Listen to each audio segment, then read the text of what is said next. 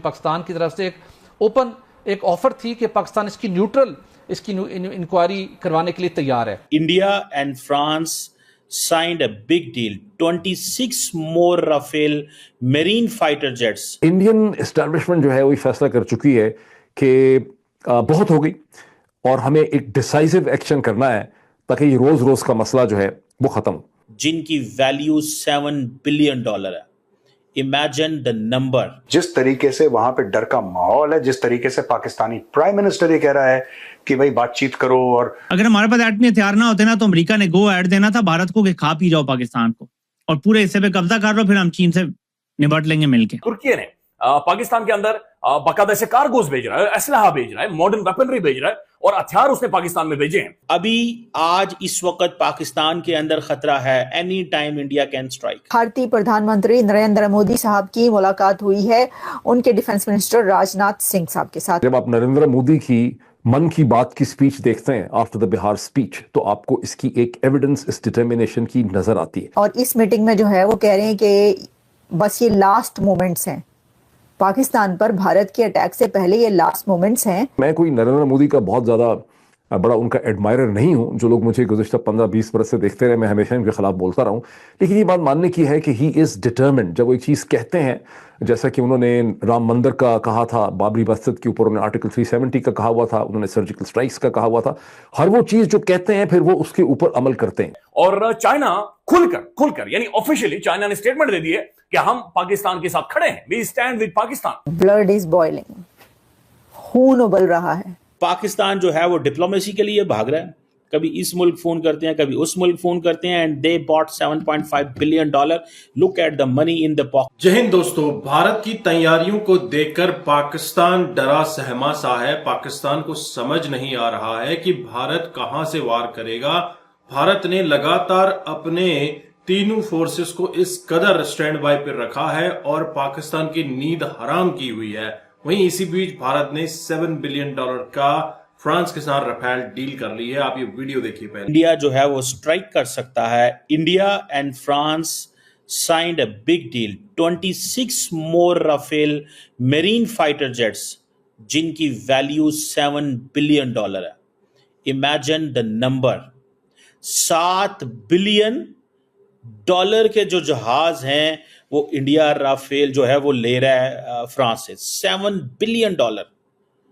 पाकिस्तान तो एक अरब डॉलर के लिए कभी यूएई के पास जाता है, कभी सऊदी अरब के पास जाता है, कभी हमें IMF ये कहता है कि भाईजान तुसी ना आना इधर, ठीक है, आप पहले सऊदी अरब जाएं, पहले आप यूएई जाएं, यूएई हमें कहे लेटर लिखेगा कि पाकिस्तान को पैसे दे दो, हम पाकिस्तान के अकाउंट में पैसे डालेंगे, तो फिर आपको वो पैसे देता है।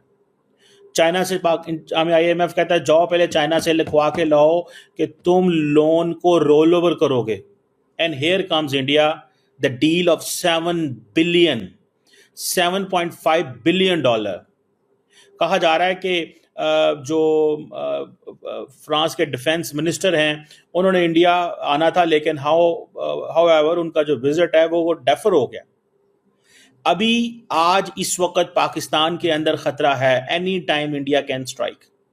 इंडिया की एयरफोर्स, इंडिया की नेवी, इंडिया की army, Indian Awam, they are all ready कि हमें पाकिस्तान को वो एक सबक सिखाना है। This is what is that. अगर आप इंडिया का मीडिया देखें या इंडिया की लीडरशिप देखें, जिस तरह प्राइम मिनिस्टर नरेंद्र मोदी ने ये कहा कि जनाब हम ट्रैक करेंगे, पहले उन्होंने कहा हम आइडेंटिफाई करेंगे, ट्रैक करेंगे एंड टारगेट करेंगे। और इससे आप अंदाजा लगेंगे in this situation, in these circumstances where India is all set for this, Pakistan जो है वो डिप्लोमेसी के लिए भाग रहा है, कभी इस मुल्क फोन करते हैं, कभी उस मुल्क फोन करते हैं, and they bought $7.5 billion. Look at the money in the pocket, look at the money in the Indian pocket में आप देखें कितना पैसा है। आप सिर्फ इस चीज से अंदाजा लगा लें। इंडियन एस्टैब्लिशमेंट जो है वो फैसला कर चुकी है कि बहुत हो गई और हमें एक डिसाइसिव एक्शन करना है ताकि ये रोज रोज का मसला जो है वो खत्म। अब इसकी एविडेंस आप देखते हैं, जब आप नरेंद्र मोदी की मन की बात की स्पीच देखते हैं आफ्टर द बिहार स्पीच, तो आपको इसकी एक एविडेंस, इस डिटर्मिनेशन की नजर आती है। और ये कहना बड़ा जरूरी है, मैं कोई नरेंद्र मोदी का बहुत ज्यादा बड़ा उनका एडमायरर नहीं हूं। जो लोग मुझे गुज़िश्ता 15-20 बरस से देखते रहे, मैं हमेशा इनके खिलाफ बोलता रहा हूं। लेकिन ये बात मानने की है कि ही इज़ डिटर्मिन्ड। जब वो एक चीज़ कहते हैं, जैसा कि उन्होंने राम मंदिर का कहा था, बाबरी मस्जिद के ऊपर उन्होंने आर्टिकल 370 का कहा हुआ था, उन्होंने सर्जिकल स्ट्राइक्स का कहा हुआ था, हर वो चीज़ जो कहते हैं फिर वो उसके ऊपर अमल करते हैं, उसमें एक सेंस ऑफ डिटर्मिनेशन है।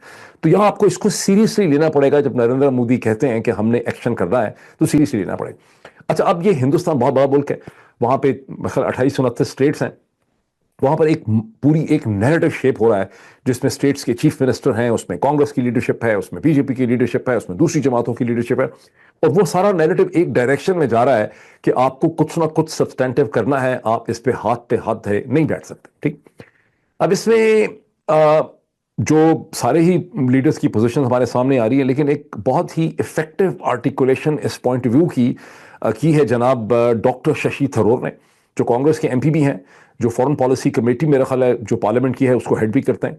इससे पहले हिंदुस्तान के जूनियर स्टेट फॉरेन मिनिस्टर भी रह चुके हैं कांग्रेस की हुकूमत में, और यूनाइटेड नेशन के डेप्यूटी सेक्रेटरी जनरल रह चुके हैं। बड़े ज़बरदस्त किस्म के जानदार ब्रिटिश एक्सेंट में वो बात करते हैं।